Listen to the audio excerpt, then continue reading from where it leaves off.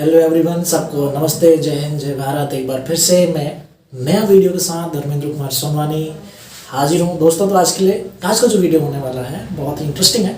हमारा आज का जो सब्जेक्ट है एनाटॉमी फिजियोलॉजी है, और आज के वीडियो में आप लोगों को 10 सेकंड का टाइम दिया जाएगा और 10 सेकंड में आप लोगों को डिसाइड करके बताना है कि क्वेश्चन का आंसर क्या होगा, ठीक है।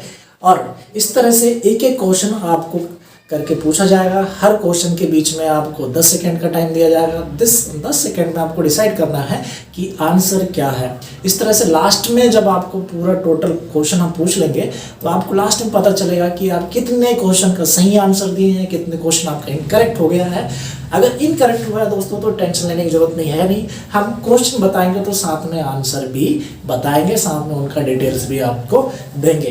तो वीडियो को स्टार्ट करते हैं आज का वीडियो। और एक बात और मैं आप लोगों से कहना चाहूँगा, आप हमें कमेंट करके जरूर बताएं कि आपका कितना क्वेश्चन सही है और कितना क्वेश्चन में आपको डाउट आया, कितना क्वेश्चन में आपको नहीं आया। इन चीज़ों के बारे में आप डिटेल जरूर कमेंट्स में दें।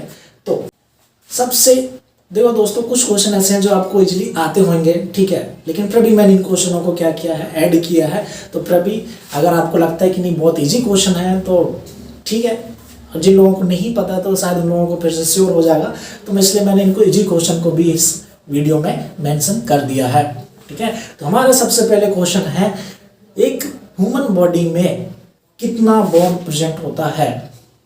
आप अच्छे से देखें, how many bones are present in a human body, ठीक है, जैसे कि आप स्क्रीन में देख रहे होंगे। चलो दोस्तों, आप लोगों के पास है 10 सेकंड का टाइम। 10 सेकंड में आप लोग हमें डिसाइड करके बताएं कितना बोन होता है एक नॉर्मल इंसान के। 10, 9, 8, 7, 6, 5, 4, 3, 2, 1। जैसे कि काउंटडाउन यहाँ पे बंद हो चुका है और आप लोगों के लिए सही आंसर आप स्क्रीन में देख सकते हैं।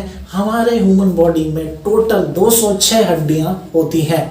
जैसे कि आप लोग जानते हैं, जब बच्चा होता है, बच्चों में 306 हड्डियां होती हैं। बचपन के टाइम में बहुत सारी हड्डियां होती हैं, लेकिन बच्चा जैसे जैसे बड़ा होता है तो छोटे छोटे बोन एक दूसरे के साथ फ्यूज होकर बड़े बोन में बदल जाते हैं। इस तरह से जब बच्चा बड़ा होते जाता है और बड़े होते होते तक उसके सारे शरीर में सिर्फ 206 हड्डियां ही रह जाती हैं। तो आपका करेक्ट आंसर है 206 हड्डियां। चलते हैं दूसरे क्वेश्चन की तरफ। दूसरा क्वेश्चन आज का हमारा है, हड्डियों से रिलेटेड है। मानव शरीर में सबसे बड़ा बोन कौन होता है, या आप इंग्लिश में what is the biggest bone in the human body. दोस्तों, आप लोगों के पास है 10 सेकंड का टाइम। जल्दी जल्दी फटाफट आप कमेंट कीजिए और बताइए कि क्या है ह्यूमन बॉडी का सबसे बड़ा बोन। 10, 9, 8, 7, 6, 5, 4, 3, 2, 1। तो ह्यूमन बॉडी का सबसे बड़ा बोन है फीमर बोन। हमारे जांघ में पाए जाने वाला फीमर बोन हमारे शरीर भर में से सारे बोन में से सबसे लंबा बोन है, सबसे बड़ा बोन है, ठीक है। दूसरा चलते हैं। दूसरा हमारा क्वेश्चन है, ह्यूमन बॉडी में सबसे छोटा बोन कौन सा होता है। What is the smallest bone in the human body. दोस्तों, आप लोगों के पास है 10 सेकंड का टाइम। फटाफट आप लोग कमेंट में करके बताएं हमें कि सबसे छोटी हड्डी इंसान में कौन सा होता है। 10, 9, 8, 7, 6, 5, 4, 3, 2, 1। जैसे कि क्वेश्चन हमारा था सबसे छोटी हड्डी इन दी ह्यूमन बॉडी, तो हमारा आंसर यहाँ पे है स्टेपीज। हमारे कान में पाए जाते हैं 3 तरह के बोन, छोटे छोटे बोन होता है। उन्हीं तीनों में से एक बोन होता है स्टेपीज। यह हमारे शरीर की सबसे छोटी हड्डी होती है। जैसे कि आप यहाँ पे डायग्राम में देख सकते हैं, यहाँ पे वीडियो में आप देख सकते हैं, सबसे छोटी हड्डी स्टेपीज होता है, ठीक है। नेक्स्ट क्वेश्चन की ओर चलते हैं। हमारा नेक्स्ट क्वेश्चन है, अब कुछ चीजें मैं यहाँ पे आगे डाल रहा हूं, आप बड़े ध्यान से सुने, ठीक है। एड्स का पॉजिटिव एजेंट क्या है। एड्स का पॉजिटिव एजेंट क्या है। What is the positive agent of AIDS. AIDS के बारे में आप जानते होंगे, ठीक है। तो चलो स्टार्ट करते हैं काउंटडाउन। 10, 9, 8, 7, 6, 5, 4, 3, 2, 1. एड्स। जैसे दोस्तों आपने क्वेश्चन सुना है एड्स, एड्स का फुल फॉर्म है एक्वायर्ड इम्यूनोडेफिशिएंसी सिंड्रोम। तो आप सब लोगों को एड्स के बारे में पता है और इसका जो कॉजेटिव एजेंट होता है HIV virus, human immuno virus, ठीक है। इसके वजह से किसी इंसान को एड्स की बीमारी हो जाता है, ठीक है। अब एड्स बहुत ही डेंजर है, बहुत ही थ्रेटनिंग डिसीज कंडीशन है, एकदम से इसका पता नहीं चलता है, ठीक है। अब मैं पूरा एड्स आप लोगों को डिस्क्राइब नहीं करूंगा, इसके लिए मैं एक सेपरेटली क्लास आप लोगों के लिए कंडक्ट करूंगा। चलते हैं दूसरे क्वेश्चन की तरफ। दूसरा क्वेश्चन है हमारे पास, दूसरा क्वेश्चन है डाउन सिंड्रोम किस वजह से होता है? What is the causes of down syndrome? आपका काउंटडाउन स्टार्ट होता है अब। 10, 9, 8, 7, 6, 5, 4, 3, 2, 1. जैसे कि क्वेश्चन था डाउन सिंड्रोम किस वजह से होता है, तो डाउन सिंड्रोम का एग्जैक्ट कॉज जो देखा गया है 21 नंबर के क्रोमोसोम में एक एक्स्ट्रा क्रोमोसोम का ऐड हो जाना, जिसके वजह से डाउन सिंड्रोम हो जाता है, ठीक है।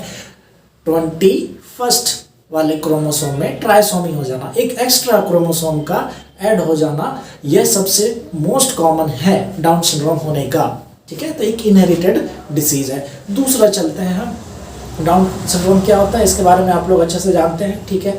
मेंटल रिटार्डेशन, ठीक है, IQ लेवल कम हो जाता है बच्चे का, फिजिकल ग्रोथ डेवलपमेंट कम रहता है बच्चे का, ठीक है। इस तरह से आप देख सकते हैं। दूसरा हम बात करेंगे, दूसरा है व्हाट इज टर्नर सिंड्रोम, ठीक है। दूसरा क्वेश्चन हम बड़े ध्यान से सुने कि टर्नर सिंड्रोम क्या होता है और यह किसके वजह से होता है, ठीक है। What is the causative agent of Turner syndrome? तो आप लोगों के पास 10 सेकंड का टाइम, आप लोग अपना जवाब दे सकते हैं। 10, 9, 8, 7, 6, 5, 4, 3, 2, 1. ओके दोस्तों, इस तरह से आप लोगों का जो टाइम होता है खत्म यहाँ पे, और हम बताते हैं what is Turner syndrome. Turner syndrome जो होता है जनरली फीमेल में होता है, बोनोपन, ठीक है। बोनोपन आप लोग जानते हो, ड्वार्फ सिंड्रोम भी कहते हैं इसे, ठीक है। इसमें क्या होता है, फीमेल छोटे छोटे होते हैं और उनमें एमनोरिया कंडीशन आ जाता है, ठीक है। उनका बॉडी डेवलपमेंट नहीं होता, किसके वजह से नहीं होता, तो इसके लिए भी एक इनहेरिटेड डिसीज है, और इसके लिए जो रिस्पॉन्सिबल होने वाला चीज़ है और वो है 44 नंबर का, या मतलब 44वें नंबर में क्या होना, मोनोसोमी क्रोमोसोम का होना। जैसे कि आप लोग हमेशा जानते हैं कि क्रोमोसोम क्या होता है, पेयर्स में पाया जाता है, ठीक है। तो 44 नंबर, या फिर हम कह सकते हैं कि 22 नंबर के क्रोमोसोम में क्या होना, एक क्रोमोसोम का एब्सेंट होना, सिर्फ एक सिंगल क्रोमोसोम प्रेजेंट होगा, जिसके वजह से टर्नर सिंड्रोम हो जाता है। चलते हैं दूसरे क्वेश्चन की तरफ। दूसरा क्वेश्चन है हमारे पास, what is the causative agent of Cushing syndrome? आप क्वेश्चन को बड़े ध्यान से सुने, ठीक है। What is the causative agent of Cushing syndrome? आप लोगों के पास है 10 सेकंड का टाइम, आप लोग आंसर दे सकते हैं। 10, 9, 8, 7, 6, 5, 4, 3, 2, 1. सिंड्रोम का पॉजिटिव एजेंट जो जनरली देखा गया है एड्रिनल ग्लैंड। आप लोगों को पता होगा किडनी के ऊपर एक सुप्राएड्रिनल ग्लैंड पाया जाता है, ठीक है। किडनी के ऊपर पाया जाने वाला ग्लैंड सुप्राएड्रिनल ग्लैंड, इससे हम भी और भाषा में क्या बोल रहे हैं, एड्रिनल ग्लैंड, सिंपल सी बात, ठीक है। तो इस एड्रिनल के कॉर्टेक्स से निकलने वाला ग्लूकोकार्टिकोस्टेरॉइड हार्मोन्स जब ज़्यादा सिक्रेशन हो जाए, उस वजह से क्या होता है, ग्लूकोकार्टिकोस्टेरॉइड हार्मोन्स के हाइपर सिक्रेशन के वजह से कुशिंग सिंड्रोम होता है, ठीक है। अब ये जो एड्रिनल ग्लैंड है क्या करता है, ज़्यादातर आप लोग देख सकते हैं, ये ग्लूकोज, एक ग्लूकोकार्टिकोस्टेरॉइड मतलब ग्लूकोज का लेवल ब्लड में बढ़ा रहा है, एब्जॉर्प्शन ज़्यादा कर रहा है इसका, ठीक है। और साथ में सेक्सुअल हार्मोन्स भी इसमें रहता है, तो सेक्स हार्मोन्स का ज़्यादा सिक्रेशन होने की वजह से या गोनाड्स हार्मोन्स का ज़्यादा सिक्रेशन होने की वजह से जो सेक्सुअल कैरेक्टरिस्टिक आने वाला है वो इनअप्रोप्रिएट आने वाला है, ठीक है। इसमें ज़्यादातर देखा गया है कि अपोजिट सेक्स, ठीक है, उसकी प्रति जो अट्रैक्शन है बहुत ज़्यादा आता है, ठीक है, उसकी वजह से क्या होता है, बहुत ज़्यादा अट्रैक्शन आता है। ओके दोस्तों, चलते हैं दूसरे क्वेश्चन की तरफ। दूसरा क्वेश्चन क्या है हमारे यहाँ पे, देखें, बड़ी बारीकी से देखें। What is cry do chat syndrome? ठीक है, बड़ी ध्यान से देखें, बारीकी से देखें। What is cry do chat syndrome and what is the causes of cry do chat syndrome? आप लोगों के पास है 10 सेकंड का टाइम, आप लोग बताएं इसका आंसर क्या है। 10, 9, 8, 7, 6, 5, 4, 3, 2, 1. ओके, जैसे कि आपने देखा है what is cry do chat syndrome, तो इसका जो हमारा आंसर आने वाला है, पहले इसका कॉजेस देखें हम, तब जाके हमें पता चलेगा कि what is cry do chat syndrome. Causes होता है 5वें नंबर के क्रोमोसोम में एक पार्ट अब्सेंट हो जाना। ठीक है, आपने क्रोमोसोम देखा होगा, उसके 4 अलग अलग पार्ट होते हैं। ठीक है, तो 5वें नंबर के क्रोमोसोम का एक पार्ट अब्सेंट हो जाना, जिसके वजह से लैरिंक्स मसल्स का, ठीक है, larynx muscles, what is larynx? Larynx को हम क्या करते हैं, ह्यूमन बॉडी का शॉर्ट बॉक्स या वॉइस बॉक्स कहते हैं। ठीक है, ह्यूमन बॉडी का वॉइस बॉक्स किसे कहते हैं हम? लैरिंक्स को बोलते हैं, जो बोलने के लिए, वर्ड प्रोनाउंसिएशन करने के लिए, वर्ड मॉडिफिकेशन करने के लिए क्या करता है, हेल्प करता है, उसी से हम बोल पाते हैं। ठीक है, हम जो कुछ भी बोल रहे हैं वो हमारे लैरिंक्स की वजह से है। तो यहाँ पे क्या बोल रहा है, 5वें नंबर का क्रोमोसोम की एक पार्ट अब्सेंट है, उसके वजह से लैरिंक्स मसल्स डेवलप अच्छे से नहीं हो पाते। ठीक है, उसके वजह से लैरिंक्स मसल अच्छे से डेवलप नहीं हो पाते। उस टाइम में क्या होता है, जिस इंसान में क्राई डू चैट सिंड्रोम होता है वो बिल्लियों की तरह आवाज निकलता है। ठीक है, इसलिए इसको हम कैट क्राई सिंड्रोम भी कहते हैं। क्या बोलते हैं? Cat cry syndrome. सुरीली पतली सी आवाज होने लगता है। क्यों होने लगता है? कारण कि लैरिंक्स मसल अच्छे से डेवलप नहीं हो पाते। ठीक है, जनरली यही कहानी होती है। हमारा जो लैरिंक्स होता है जनरली क्या होता है दोस्तों, that is very amazing organ of the body. ठीक है, ये क्या करता है, इसके अंदर से एक बॉक्स है, इसके अंदर से हवा इस तरह से मॉडिफाइड होता है, इस तरह से मसल काम करता है लैरिंक्स मसल्स की, आप जो कुछ आपका ब्रेन बोलता है वैसे ही साउंड वो क्या करता है आपकी जुबान से प्रोड्यूस होता है। ठीक है, दैट इज इंपॉर्टेंट। नेक्स्ट चलते हैं हमारे नेक्स्ट क्वेश्चन की तरफ। हमारा नेक्स्ट क्वेश्चन है what is Klinefelter syndrome and what is the causes of Klinefelter syndrome? तो आप लोगों के पास है 10 सेकेंड का टाइम, आप लोग आंसर करें। 10, 9, 8, 7, 6, 5, 4, 3, 2, 1. ओके, जिस तरह से आपने देखा कि क्लेनफेल्टर सिंड्रोम क्या होता है, क्लेनफेल्टर सिंड्रोम में जनरली जो मेल होता है, मेल में ज़्यादातर होता है, यह मेल क्या होता है, ये इनफर्टिलिटी वाला होता है। ठीक है, ये बांझ होता है, ये बच्चा प्रोड्यूस नहीं कर सकता।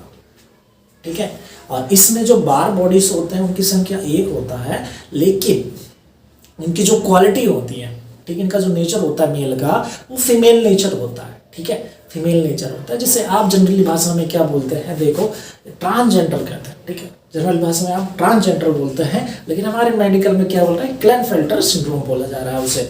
ठीक है, अब ये क्यों होता है, इसका कारण देखो आप, कारण जो होता है 44 नंबर के, या फिर आप क्या बोलो, देखो हमारे जो ह्यूमन बॉडी में होता है 23 जोड़े क्रोमोसोम पाए जाते हैं। अगर इसको नंबर में गिनो तो 46, ठीक है, नंबर में 46, पेयर में जोड़े में गिनो तो आप 23 है। तो 44वें नंबर के क्रोमोसोम में क्या हो रहा है, ट्राइसोमी हो रहा है।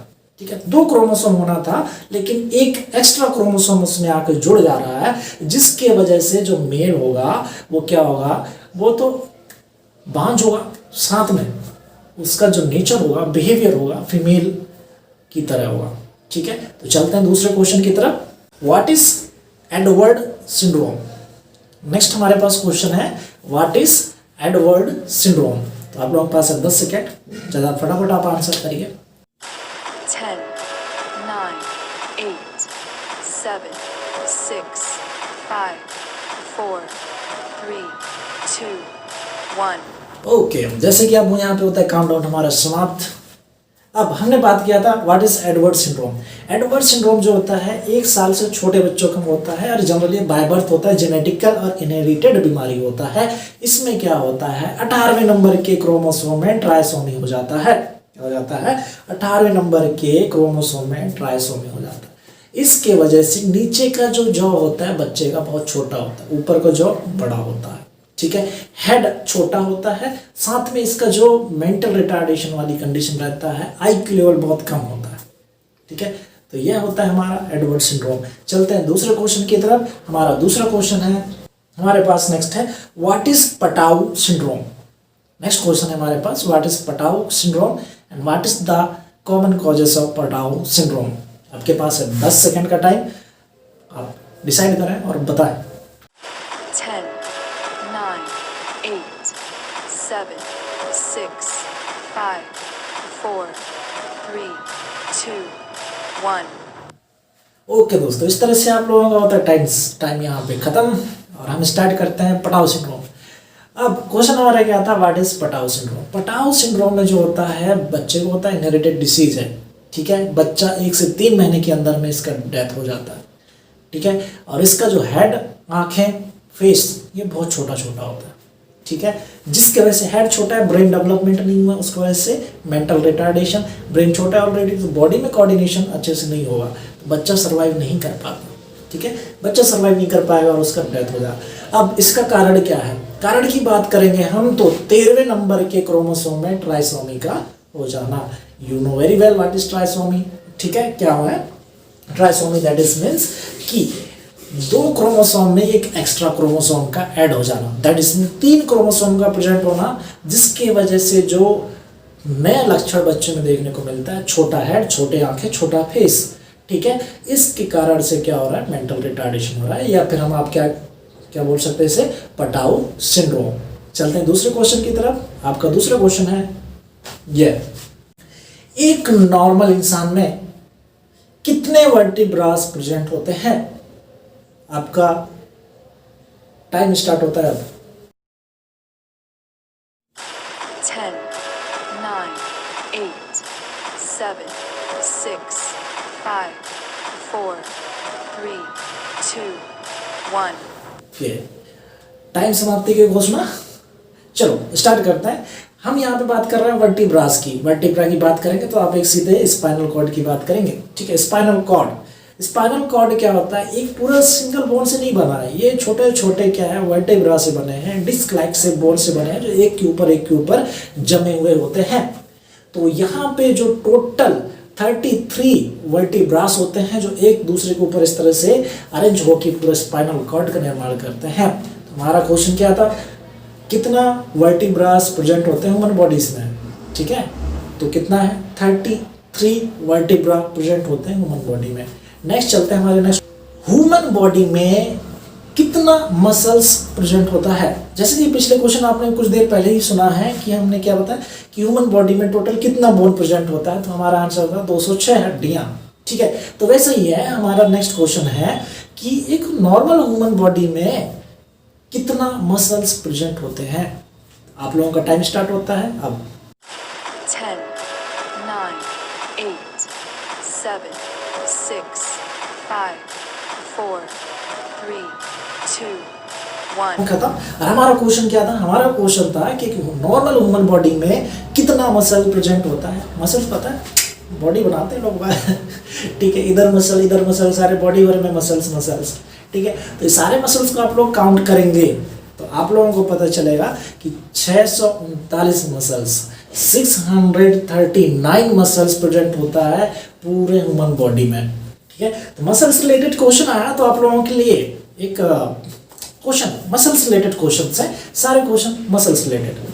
चलिए नेक्स्ट क्वेश्चन है हमारे पास, डाइवोर्स मसल्स किसे कहते हैं। डाइवोर्स मसल्स किसे कहते हैं, इंटरेस्टिंग चीज है। टाइम स्टार्ट होता है अब।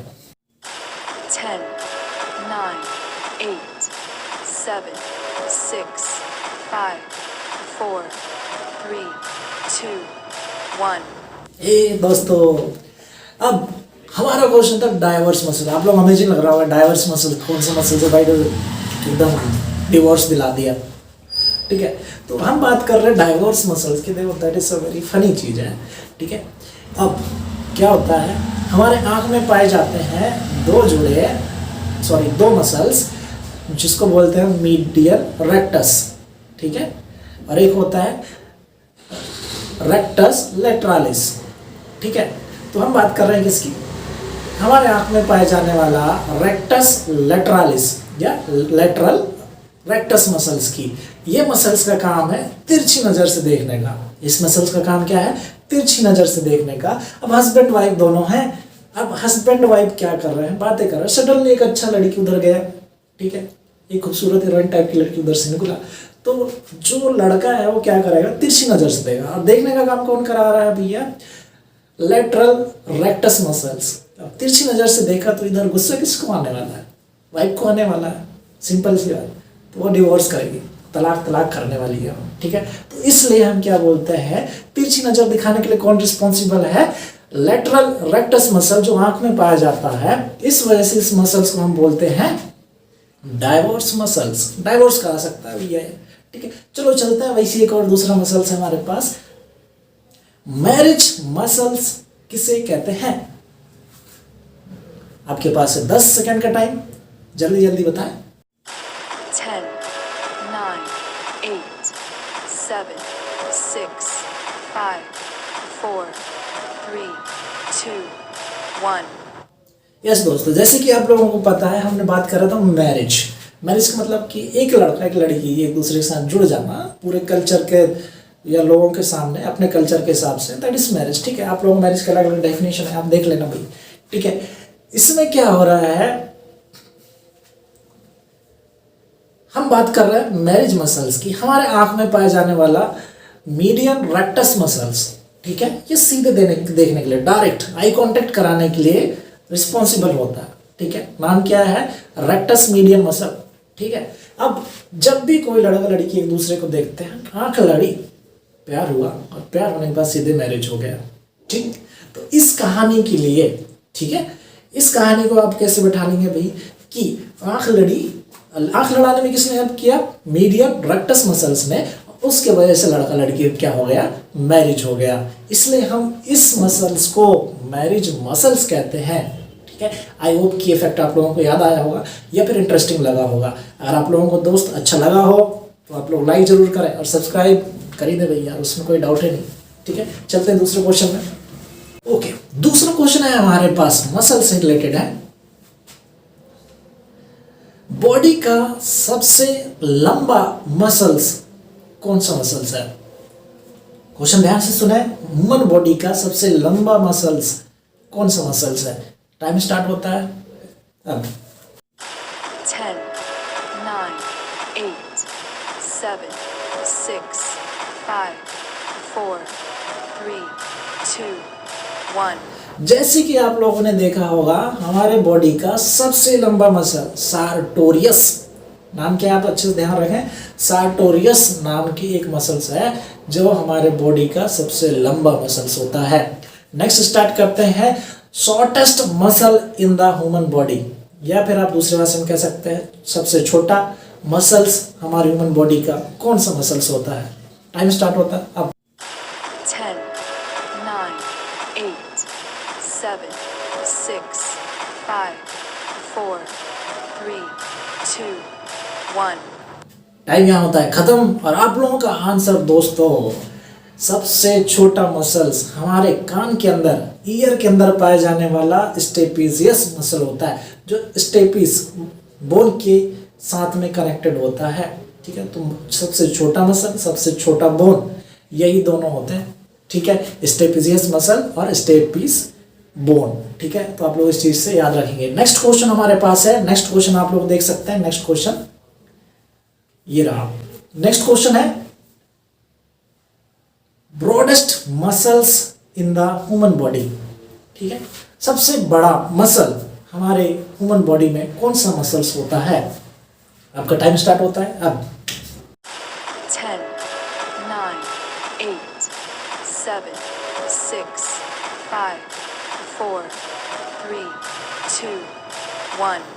तो दोस्तों, जैसे कि आप लोगों को पता है, ग्लूटियस मैक्सिमस नाम ही है उसका, मैक्सिमस सबसे बड़ा, ठीक है। क्या है, ग्लूटियस मैक्सिमस, ठीक है, कूल्हे में पाया जाता है, बटक्स में पाए जाने वाला मसल्स है। हमारे नर्सिंग वाले भाई बहनों को पता है, इंजेक्शन यहीं पे ठोकते हैं लोग, ठीक है। तो आयाम जो है ज़्यादातर इधर ही लगाते हैं, ठीक। तो हमारे ह्यूमन बॉडी का सबसे ब्रॉडेस्ट मसल है वो है ग्लूटियस मैक्सिमस। तो दोस्तों आई होप कि ये चीज़ आप लोगों को अच्छा लगा होगा, नया चीज़ लगा होगा या फिर जाना पहचाना होगा। चलते हैं दूसरे क्वेश्चन की। एक अडल्ट में कितना टीथ प्रेजेंट होता है, ठीक है। क्वेश्चन क्या है, एक ह्यूमन बीइंग में, अडल्ट है, ठीक है, उसमें कितना टीथ प्रेजेंट होता है, कितने दांत होता है, ठीक है। तो आप लोगों का टाइम स्टार्ट होता है, स्टार्ट। 10, 9, 8, 7, 6, 5, 4, 3, 2, 1। जी हाँ दोस्तों, आप लोगों को पता है भैया, रोज खाना खाते हैं, ठीक है, रोज बत्ती सी दिखाते हैं आप लोग, रोज स्माइल करते हैं, ठीक है। तो सबसे पहले दिखने वाला चमकदार चीज जो होता है वही होता है हमारा टीथ, ठीक है। तो एक नॉर्मल ह्यूमन बीइंग में 32 टीथ प्रेजेंट होता है। बच्चों की बात करें तो 20 टीथ प्रेजेंट होता है बच्चों में। नेक्स्ट चलते हैं हमारे नेक्स्ट क्वेश्चन की तरफ। दोस्तों हमारा नेक्स्ट क्वेश्चन है, हमारे बॉडी का सबसे बड़ा एक्सोक्राइन ग्लैंड कौन सा होता है। एक्सोक्राइन ग्लैंड्स क्या होते हैं इसके बारे में आप लोग जानते होंगे, what is endocrine, what is exocrine, ठीक है। तो हम अभी आंसर बताएंगे, तो अभी आप लोगों का टाइम स्टार्ट होता है अब। 10, 9, 8, 7, 6, 5, 4, 3, 2, 1। यस दोस्तों, हम एक्सोक्राइन ग्लैंड्स की बात की है तो एक्सोक्राइन ग्लैंड्स में सबसे बड़ा ग्लैंड्स लीवर होता है, ठीक है। अगर आपको एक दो चीजें यहाँ लीवर से रिलेटेड चीजें आपको पूछा जा सकता है कि हार्ट ऑर्गन, एक चीज है, बॉडी का हार्ट ऑर्गन किसे कहते हैं, तो वो भी हमारा लीवर आने वाला है, ठीक है। दूसरी बात, बॉडी में मेटाबॉलिक ऑर्गन किसे कहते हैं, तो वो भी हमारा लीवर है, ठीक है। लीवर के बारे में एक और कहानी ये है कि इंटरनल ऑर्गन में सबसे बड़ा ऑर्गन जो है लीवर होता है, ठीक है। एक्सटर्नल ऑर्गन में सबसे बड़ा ऑर्गन जो होता है वो स्किन होता है, ठीक है। तो इन बातों को आप ध्यान रखें। चलते हैं नेक्स्ट क्वेश्चन की ओर। तो दोस्तों बात हो गई थी एक्सोक्राइन ग्लैंड्स की। एक्सोक्राइन ग्लैंड्स क्या होता है, देखो ऐसे ग्लैंड जो अपने सिक्रेशंस को सीधे ब्लड स्ट्रीम में डाल देता है, ठीक है। एंडोक्राइन ग्लैंड्स क्या होते हैं, एंडोक्राइन ग्लैंड्स ऐसे ग्लैंड्स होते हैं जो अपने सिक्रेशंस को पहले तो वो किसी डक्ट में कलेक्ट करते हैं और जब जरूरत पड़ता है तब उसको सिक्रेशन किया जाता है, ठीक है। दैट इज एंडोक्राइन ग्लैंड्स, ठीक है। नेक्स्ट चलते हैं हम, कौन सा ग्लैंड है, कौन सा ग्लैंड है, नहीं इसको हम दूसरे तरह से बात कर सकते हैं, ठीक है। एंडोक्राइन ग्लैंड्स में सबसे बड़ा एंडोक्राइन ग्लैंड्स कौन सा होता है, ठीक है। अब बात को समझे यहाँ पे, एंडोक्राइन ग्लैंड्स इसे हम क्या बोल सकते हैं, डक्ट ग्लैंड्स बोल सकते हैं। तो डक्ट ग्लैंड में सबसे बड़ा ग्लैंड कौन सा ग्लैंड होता है, आपके टाइम स्टार्ट होता है अब। 10, 9, 8, 7, 6, 5, 4, 3, 2, 1। जी हाँ दोस्तों, आप लोगों को जैसे कि पता है एंडोक्राइन ग्लैंड्स में सबसे बड़ा एंडोक्राइन ग्लैंड जो है वो है थायराइड ग्लैंड। जैसे कि आप लोगों को पता है कौन सा है, एंडोक्राइन ग्लैंड्स। ओके, चलते हैं दूसरे क्वेश्चन की तरफ। अब यहाँ पे बात एंडोक्राइन ग्लैंड्स की आया है तो एक बात करा दें हमारे, ओके ग्लैंड्स रिलेटेड क्वेश्चन है तो एक बात और आता है यहाँ पे कि मास्टर ग्लैंड बॉडी में किसे कहते हैं, ठीक है। मास्टर ग्लैंड बॉडी में किसे कहते हैं, तो आप लोगों का टाइम स्टार्ट होता है 10, 9, 8, 7, 6, 5, 4, 3, 2, 1। जी हाँ दोस्तों, आप लोगों को सबको पता है मास्टर ग्लैंड जो होता है पिट्यूटरी ग्लैंड होता है, हमारे ब्रेन में प्रेजेंट होता है। और यह इस मास्टर ग्लैंड इसलिए बोलते हैं कारण कि हमारे बॉडी के सारे ग्लैंड्स पे कंट्रोल करके रखता है। जब बोलेगा थायराइड ग्लैंड सीक्रेट हो तो तब सीक्रेट होगा, जब एड्रिनल ग्लैंड को बोलेगा भैया आप सिक्रेशन करो तब करेगा। इस तरह से जितने भी ग्लैंड्स हैं हमारे बॉडी में वो सारे ग्लैंड्स के ऊपर कंट्रोल, ये हमारा पिट्यूटरी ग्लैंड करता है, इसलिए हम इसे मास्टर ग्लैंड कहते हैं। लेकिन एक बात हमारे पास आ रही है, क्वेश्चन ये है मास्टर ऑफ मास्टर ग्लैंड किसे कहते हैं? मास्टर पर भी कंट्रोल करने वाला gland master of master gland, ठीक है। तो बॉडी का मास्टर ऑफ मास्टर ग्लैंड किसे कहते हैं? टाइम स्टार्ट होता है। 10, 9, 8, 7, 6, 5, 4, 3, 2, 1. यस, कुछ लोगों को पता होगा हमारे बॉडी का मास्टर ऑफ मास्टर ग्लैंड जो होता है हाइपोथैलेमस होता है, ठीक है। हाइपोथैलेमस आप लोगों को पता होगा ब्रेन का पार्ट है।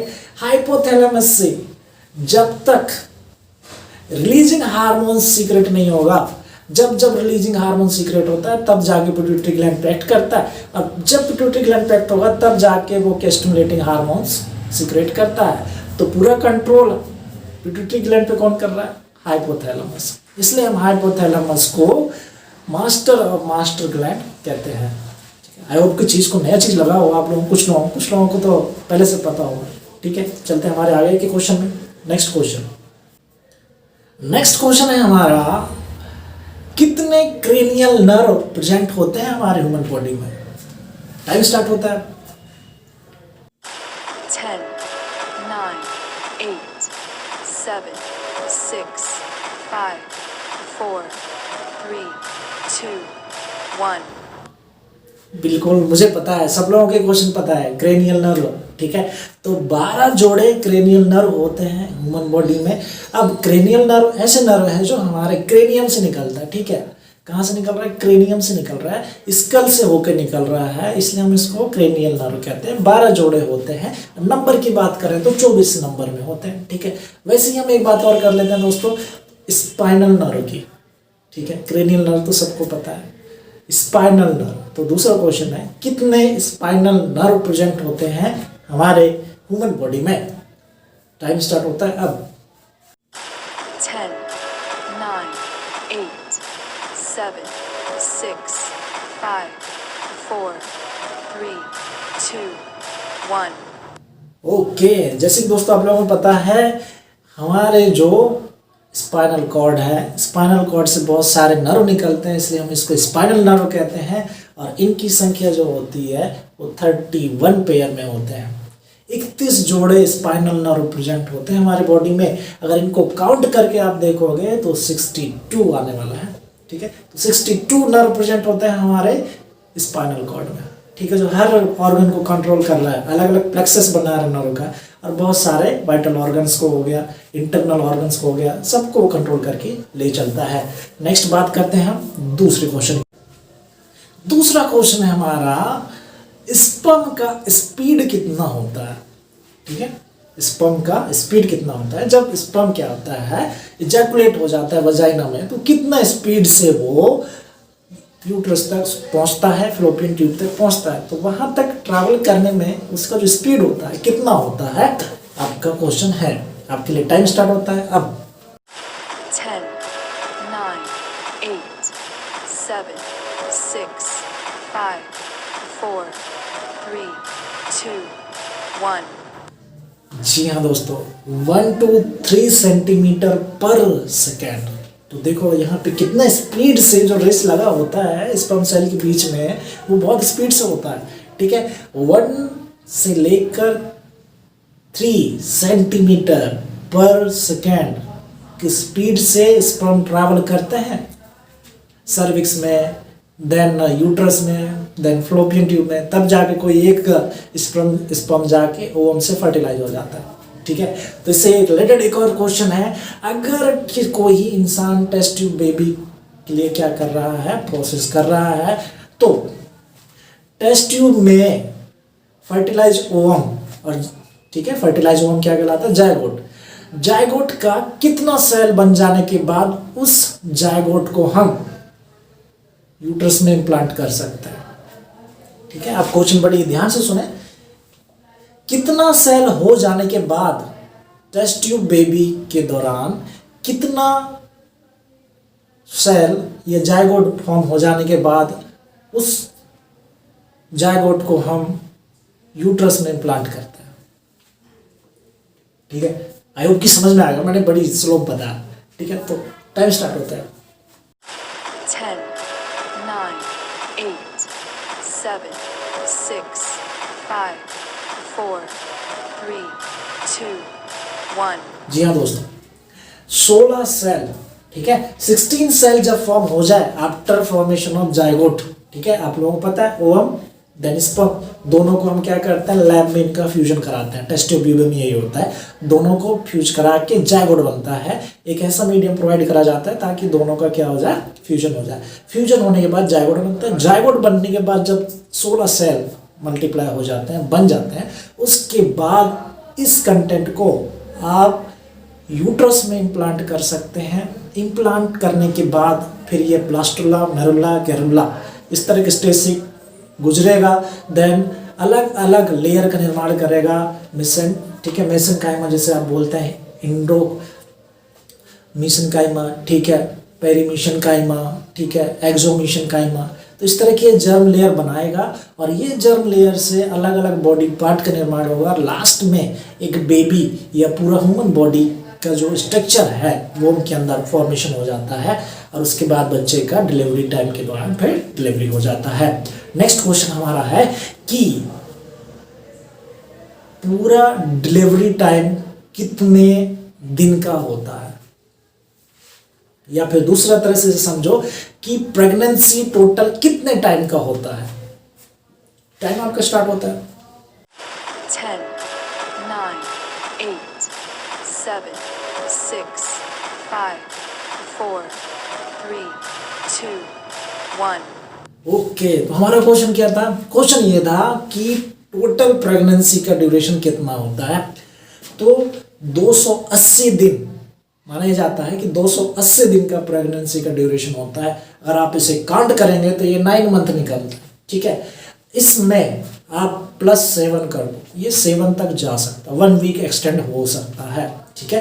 तो अगर आपको कहीं क्वेश्चन में पूछ लेता है कोई एग्जाम में, तो आप लोग 280 डेज +7, ठीक है, उसमें ऐड करके आप जो आप दे सकते हैं, that is a correct answer. चलते हैं हमारे दूसरे क्वेश्चन की तरफ। दूसरा क्वेश्चन है हमारा, ब्लड का पीएच कितना होता है।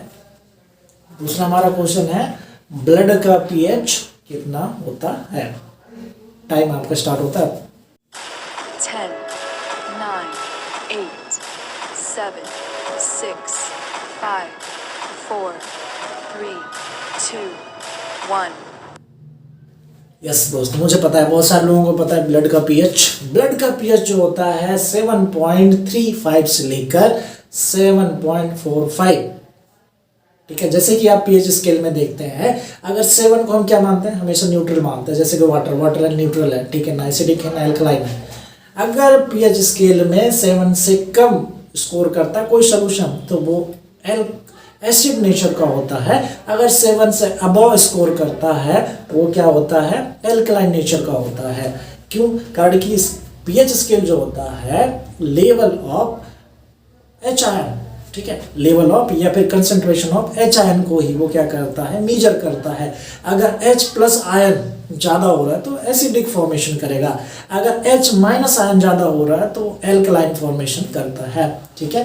तो इस तरह से आप लोगों को पता होना चाहिए कि जो ब्लड का पीएच है वो 7.35 से लेकर 7.45 होता है, जो एक तरह का एल्कलाइन नेचर है। नेक्स्ट चलते हैं हमारे नेक्स्ट क्वेश्चन के। ओके दोस्तों, तो हमारे यहाँ जो नेक्स्ट क्वेश्चन है दैट इज वेरी इंटरेस्टिंग होने वाला है। नेक्स्ट क्वेश्चन देखते हैं, हम चलते हैं सेल में, ठीक है, सेल में चलते हैं। चलिए, power house of the cell किसे कहते हैं, ठीक है। सेल के भीतर बहुत सारे सेल ऑर्गेनल्स प्रेजेंट होते हैं। उन ऑर्गेनल्स में से एक सेल ऑर्गेनल्स का काम है एनर्जी प्रोडक्शन करना। तो आपको आइडेंटिफाई करना है कि power house of the cell किसे कहते हैं। आपका टाइम स्टार्ट होता है अब 10, 9, 8, 7, 6, 5, 4, 3, 2, 1। ओके, आई नो, सबको पता है चीज़ है। Power house of the cell is called mitochondria, ठीक है। माइटोकॉन्ड्रिया सबको पता है, ठीक है। सेल के भीतर पाए जाने वाला एक तरह का स्पेशल सेल ऑर्गेनल्स है, ठीक है, जो क्या करता है, एटीपी का निर्माण करता है, एडेनोसिन ट्राइफॉस्फेट, ठीक है, जिसकी वजह से सेल को एनर्जी मिलता है। ठीक है, आप सभी को पता है भैया एक ग्लूकोज के मॉलिक्यूल से 38 एटीपी बनता है। ठीक है, एक तो प्रोसेस होता है ग्लाइकोलाइसिस। ठीक है, ये जो होता है ये चलता है हमारा साइटोप्लाज्म में, 18 एटीपी बनता है ग्लूकोज के एक मॉलिक्यूल को 2 पायरुविक एसिड में तोड़ने के बाद। ठीक है, लेकिन जब ये 2 पायरुविक एसिड माइटोकॉन्ड्रिया में जाता है तब चलता है क्रेब्स साइकिल और इलेक्ट्रॉन ट्रांसपोर्ट सिस्टम, जिससे बाकी के 20 अमीनो एसिड बनते हैं। दोनों चीज़ों को मिला के आप देखोगे तो 38 एटीपी बन जाता है एक ग्लूकोज के ऑक्सीकरण होने से। ठीक है, या इसको ऑक्सीडेशन होने से। ठीक है, चलो दूसरी बात करेंगे हम, प्रोटीन फैक्ट्री किसे कहते हैं सेल में। ठीक है, protein factory of the cell क्या है? टाइम स्टार्ट होता है। 10, 9, 8, 7, 6, 5, 4, 3, 2, 1. यस, मुझे पता था, आप सबको पता ही होगा ये चीज़ें। ठीक है, प्रोटीन फैक्ट्री जो बोलते हैं हम राइबोसोम को बोलते हैं, राइबोसोम। ठीक है, अलग अलग जगह पर अलग अलग नाम यूज होता है। इसको प्रोटीन पार्टिकल भी बोलते हैं। ठीक है, या फिर RNTP पार्टिकल्स भी बोलते हैं, राइबोन्यूक्लिक प्रोटीन पार्टिकल्स भी बोलते हैं। ठीक है, तो अलग अलग नाम है, आप लोग अलग अलग तरीके से देख सकते हैं। कारण कि जो प्रोटीन है, प्रोटीन ही पूरे बॉडी का स्ट्रक्चर बनाता है। ठीक है, तो इस प्रोटीन को बनने के लिए हर सेल के भीतर एक स्पेशल ऑर्गन पाया जाता है। ठीक है, जिसको हम राइबोसोम कहते हैं। और यही राइबोसोम ट्रांसक्रिप्शन ट्रांसलेशन प्रोसेस के द्वारा क्या बनाता है? प्रोटीन बनाता है। और इसी प्रोटीन का यूटिलाइज आपके बॉडी रिपेयरमेंट में कर लेता है। ठीक है, चलता है दूसरे क्वेश्चन की ओर। दूसरा क्वेश्चन है, traffic police of the cell किसे कहते हैं? टाइम स्टार्ट होता है अब। 10, 9, 8, 7, 6, 5, 4, 3, 2, 1. मुझे पता था, आई नो कुछ लोगों के लिए नया होगा, कुछ लोगों के लिए पता होगा। ठीक है, तो traffic police of the cell हम सेल के भीतर पाए जाने वाले गोल्जी बॉडीज को बोलते हैं। ठीक है, देखो दो चीज होता है बच्चों, एक तो होता है गोल्जी अपरेटस, एक होता है गोल्जी बॉडी। ठीक है, गोल्जी बॉडी देखो है एक ही चीजें हैं, लेकिन थोड़ा सा डिफरेंस है। एक साथ आप मिला के आप बोलो, सारे गोल्जी बॉडीज को एक साथ बोलो तो वो बोलते हैं गोल्जी अपरेटस कहलाता है। लेकिन गोल्जी बॉडी जो होता है एक वैक्यूल से अलग अलग फॉर्मेशन में एक साथ इकट्ठा, that is the Golgi body. ठीक है, तो बहुत डिफरेंस है। अब ये जो काम क्या है गोल्जी बॉडी का, जब भी कोई नया सब्सटेंस सेल के भीतर आता है तो वो क्या करता है, जस्ट ट्रैफिक पुलिस की तरह एक्ट करता है। जिस ऑर्गेनल्स को जिस चीज़ की रिक्वायरमेंट है उसको वो क्या करता है, सेंड कर देता है। ठीक है, प्रोटीन आया तो प्रोटीन को राइबोसोम को भेज देगा। ठीक है, इधर ATP जनरेट कराना, 2 पायरुविक एसिड आया अपने ग्लाइकोलाइसिस से, तो उसको कहाँ माइटोकॉन्ड्रिया में सेंड कर देना। सेम वही काम है उसका भी। ठीक है, डायरेक्शन बताना, ट्रैफिक पुलिस का काम क्या, भैया इधर वाले रुक जाओ, इधर वाले जाओ, इधर वाले जाओ, इधर वाले रुक जाओ। तो इस तरह से वो क्या है, डायरेक्शन करना। तो वैसे ही भी सेल के भीतर डायरेक्शन का काम कौन कर रहा है, हमारा गोल्जी बॉडी करता है। ठीक है, इसलिए हम सेल के भीतर ट्रैफिक पुलिस किसे बोलते हैं, गोल्जी बॉडी को बोलते हैं। तो आप इस बात को ध्यान रखें। नेक्स्ट क्वेश्चन में चलते हैं। नेक्स्ट क्वेश्चन भी इसी तरह का होने वाला है। नेक्स्ट क्वेश्चन है, post office of the cell किसे कहते हैं? Post office of the cell किसे कहते हैं? टाइम स्टार्ट होता है। 10, 9, 8, 7, 6, 5, 4, 3, 2, 1.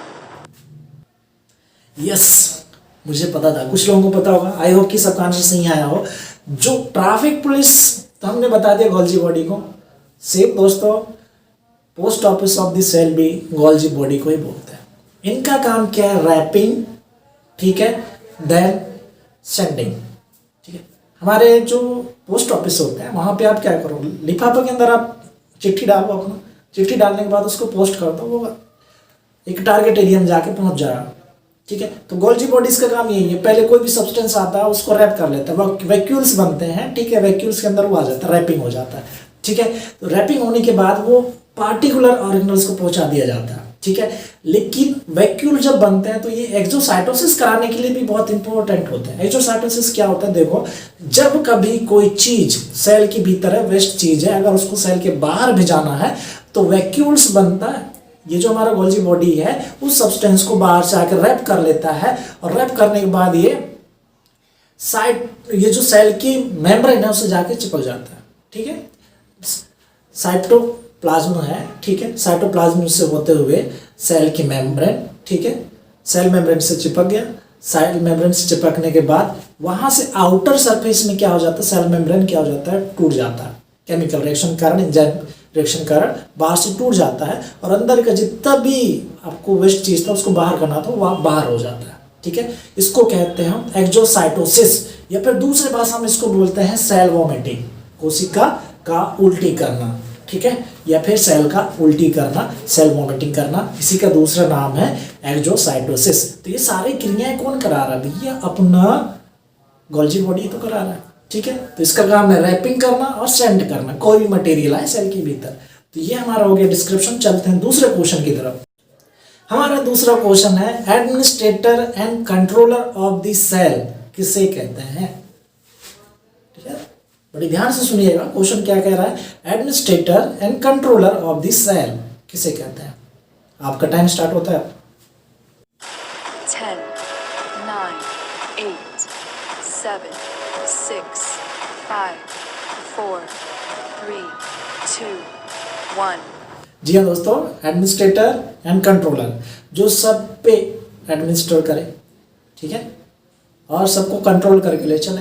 ठीक है, हर इंस्टीट्यूट में उसका खुद का एडमिनिस्ट्रेशन होता है, ठीक है, खुद का कंट्रोलर होता है, डायरेक्टर होता है, चेयरमैन होते हैं। ठीक है, तो वैसे ही हमारे शहर के भीतर भी है। ठीक है, हमारे शहर के भीतर एडमिनिस्ट्रेशन और कंट्रोलर, ठीक है, ये दोनों चीज़ों का जो काम करता है वो करता है न्यूक्लियस। न्यूक्लियस के बगैर सेल के भीतर पत्ता भी नहीं हिल सकता, कोई मॉलिक्यूल इधर से उधर नहीं जा सकता। ठीक है, तो ये सारा काम न्यूक्लियस करता है, एडमिनिस्ट्रेटर और कंट्रोलर का। चलते हैं दूसरे क्वेश्चन की तरफ। नेक्स्ट हमारा क्वेश्चन है garbage system of the cell किसे कहता है। Garbage system of the cell किसे कहते हैं। टाइम स्टार्ट होता है अब।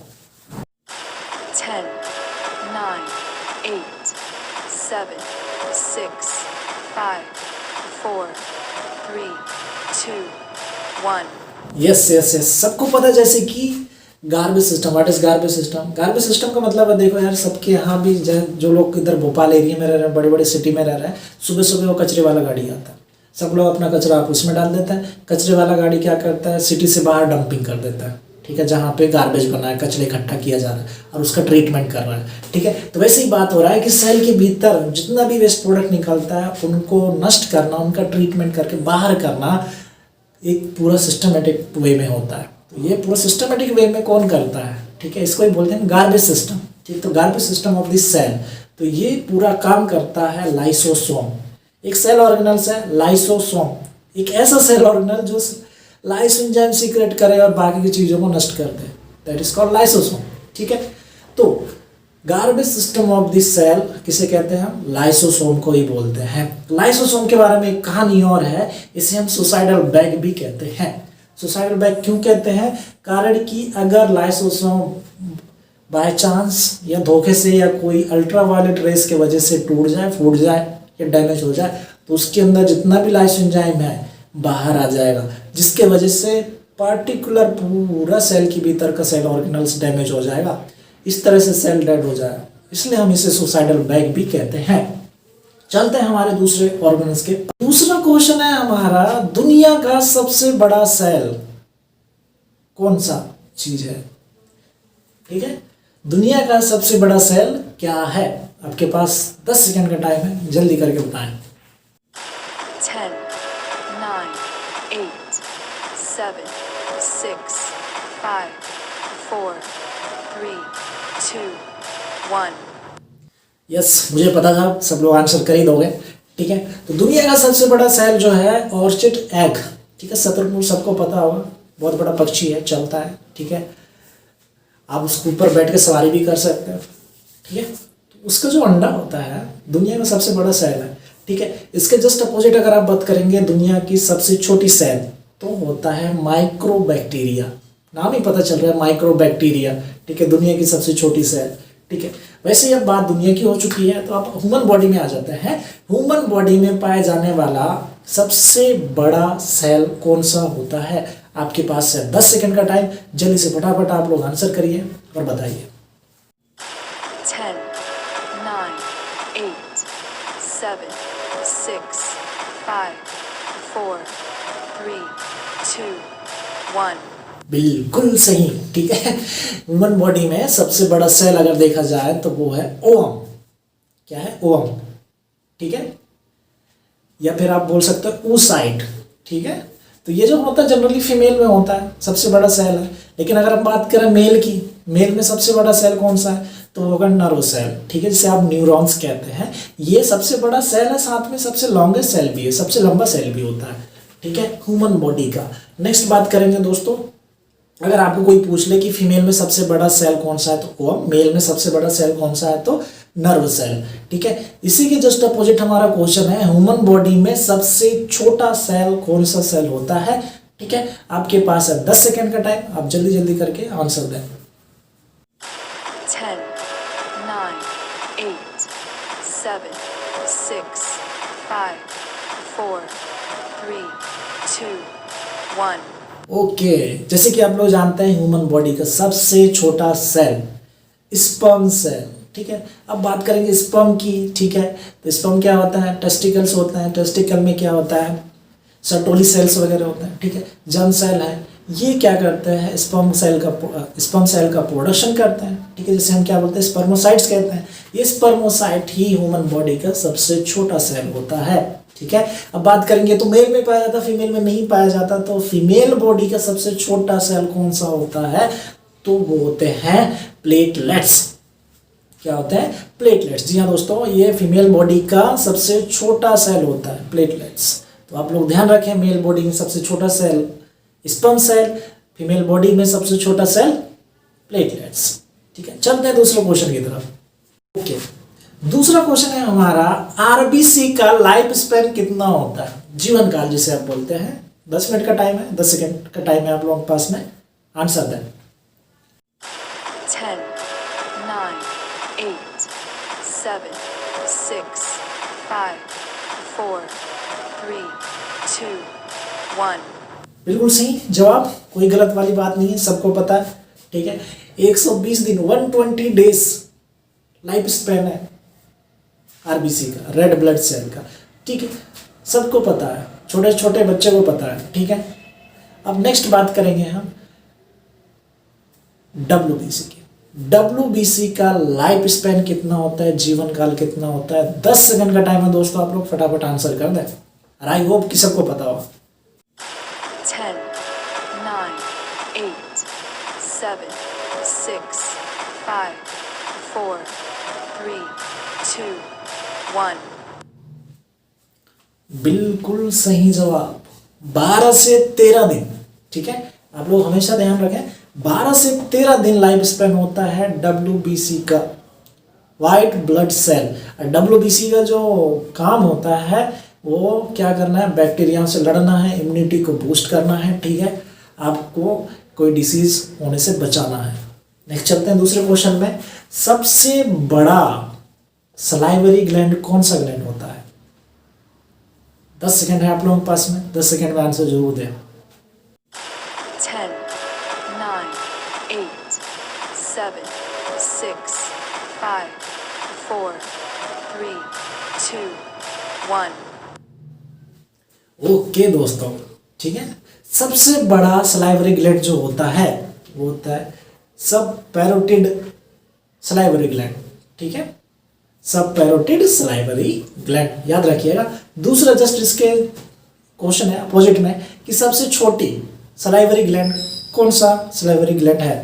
तो इसका आंसर भी आप फटाक से देख लें, किसका आंसर है? सबलिंगुअल सलाइवरी ग्लैंड हमारे ऑरल कैविटी की सबसे छोटी सलाइवरी ग्लैंड होती है, ठीक है। तो सबसे बड़ी पैरोटिड ग्लैंड और सबसे छोटी सबलिंगुअल ग्लैंड, ठीक है। तो दोनों की आप बात याद रखेंगे। नेक्स्ट चलते हैं दूसरे क्वेश्चन की ओर। ओके, नेक्स्ट क्वेश्चन है हमारे पास। आप देखें नेक्स्ट क्वेश्चन के बारे में। नेक्स्ट क्वेश्चन थोड़ा सा बहुत इजी है, ठीक है। ह्यूमन बॉडी में कितने रिब्स पाए जाते हैं? ह्यूमन बॉडी में कितने रिब्स पाए जाते हैं? ठीक है, सबको पता होगा, आई होप 100% है कि आप हर कोई इसका आंसर दोगे। 12 जोड़े क्या पाए जाते हैं? रिब्स पाए जाते हैं। एक एक करके काउंट कर लो तो 24 हो जाते हैं। लेकिन जस्ट इसके थोड़ा सा ही सेम क्वेश्चन है कि कितने इंटरकोस्टल मसल प्रेजेंट होता है एक नॉर्मल इंसान में? ठीक है, 10 सेकंड का टाइम है, आंसर कर दीजिए। 10, 9, 8, 7, 6, 5, 4, 3, 2, 1. बिल्कुल सही जवाब। 11 जोड़े इंटरकोस्टल मसल प्रेजेंट होता है एक नॉर्मल ह्यूमन बॉडी में, ठीक है। रिब्स कितने हो रहे हैं? 12 है, लेकिन इंटरकोस्टल मसल्स 11 जोड़े हैं, ठीक है। तो बड़े ध्यान से चीज़ों को देखें। इंटरकोस्टल मसल्स 2 रिब्स के बीच में प्रेजेंट स्पेस को हम इंटरकोस्टल स्पेस कहते हैं, ठीक है। और यहाँ पे प्रेजेंट मसल्स को हम इंटरकोस्टल मसल्स कहते हैं। ये बात भी आप लोग ध्यान रखें। तो आई होप दोस्तों कि आप लोगों की चीज़ें मज़ा आ रहा होगा, और मुझे लगता है कि अप्रॉक्सीमेटली बहुत सारे क्वेश्चन आप लोगों को आए भी होंगे, ठीक है। कुछ क्वेश्चन को छोड़ के अगर आप लोग इसी तरह की क्लास चाहते हैं तो इसका नेक्स्ट दूसरा पार्ट भी मैं लेके आऊँगा।